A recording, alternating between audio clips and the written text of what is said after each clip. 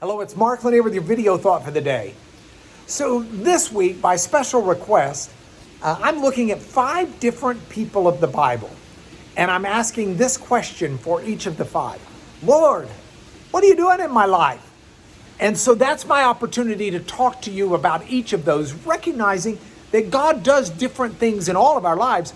But as we see the story unfold with others, it's the kind of thing that will give us insight into ways God works in us as well.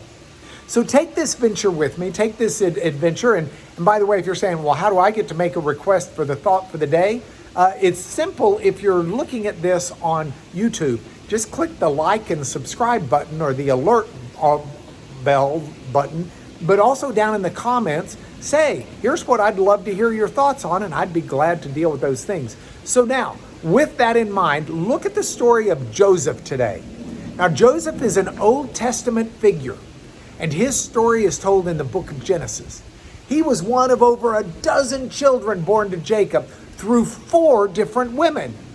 You're saying, wait a minute, I thought Jacob had 12 sons. Yes, he did, but he also had at least one daughter, Dinah, and probably more. So more than a dozen kids, a blended household. Joseph grows up as one of the very youngest, and there's a lot of sibling rivalry. His older brothers especially don't really care for him that much. And to some extent, he brought it on himself. Like he had a dream one night of the moon and the sun and the stars bowing down to him. And the next day he woke up and said, hey, family, guess what I dreamed last night? And made it real clear as the dream unfolded that what he was really saying was there would come a time where his family would bow down to him. That does not help sibling rivalry at all when the younger brother comes in like that. So ultimately, the older brothers conspire together and figure out, they're thinking at first how to kill him, but instead they figure out how to sell him into slavery to some caravanners that are headed to Egypt. They take a special coat that Daddy had given to Joseph and smear it with blood, so his dad thinks he's dead. Joseph is in Egypt where he's sold into slavery with this real Lord High muckety-muck in Pharaoh's household named Potiphar. Potiphar buys Joseph, finds out Joseph is a man of great wisdom. He's blessed by God. Everything he touches turns to gold. And Potiphar puts him in charge of just about everything. The problem is Potiphar's wife catches Joseph's attention because Joseph has caught her eye. And she tries to seduce Joseph. Well, he's going to have none of it, so he runs from her, but she grabs his cloak as he's running away. And she takes it to her husband and says, basically, that Hebrew slave tried to come on to me and tried to take advantage of me. So Potiphar throws Joseph in prison. In prison unfairly because Joseph was trying to be virtuous. And I'm sure Joseph cried out, Lord, what are you doing in my life? In prison, Joseph gets called upon to interpret the dreams of 2 other folks that are in there. And his interpretations come true. And Joseph says, hey, when you get out of prison, will you please tell Pharaoh I don't belong in here and tell him that I can interpret dreams, etc.? Well, Pharaoh himself, the ruler of Egypt, is having really bad dreams.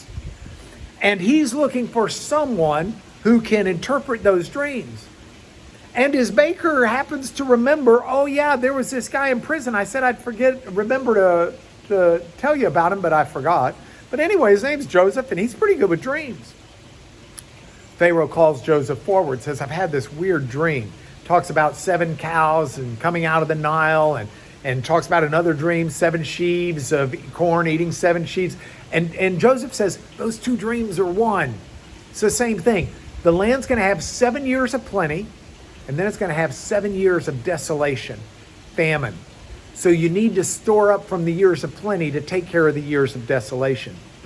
Pharaoh says, hey, I'm putting you in charge, buddy. If you're smart enough to figure out the dream, you're smart enough to figure out what we need to do about it. And so Pharaoh does. Joseph rises and becomes the second most prominent man, second only to Pharaoh himself, in all of Egypt. And sure enough, the famine comes. And once the famine comes, Jacob and his kids and his grandkids, they're all starving. Jacob sends his boys to Egypt. Now, the long story short, The boys and Jacob and the whole family winds up coming, in essence, not knowing it at first, but bowing before Joseph. And the drama takes longer than I can unfold in this light of day. But here's the bottom line. As Joseph would have asked that question perhaps of the Lord, Lord, what are you doing in my life? Here's his answer. I am making of you who you need to be for when you need to be it. And some of that involved mountaintop experiences of great dreams and prosperity and blessings and honor. And some of it were valley experiences of despair and desolation, feeling forgotten by God and forgotten by humanity and not knowing where anything's coming.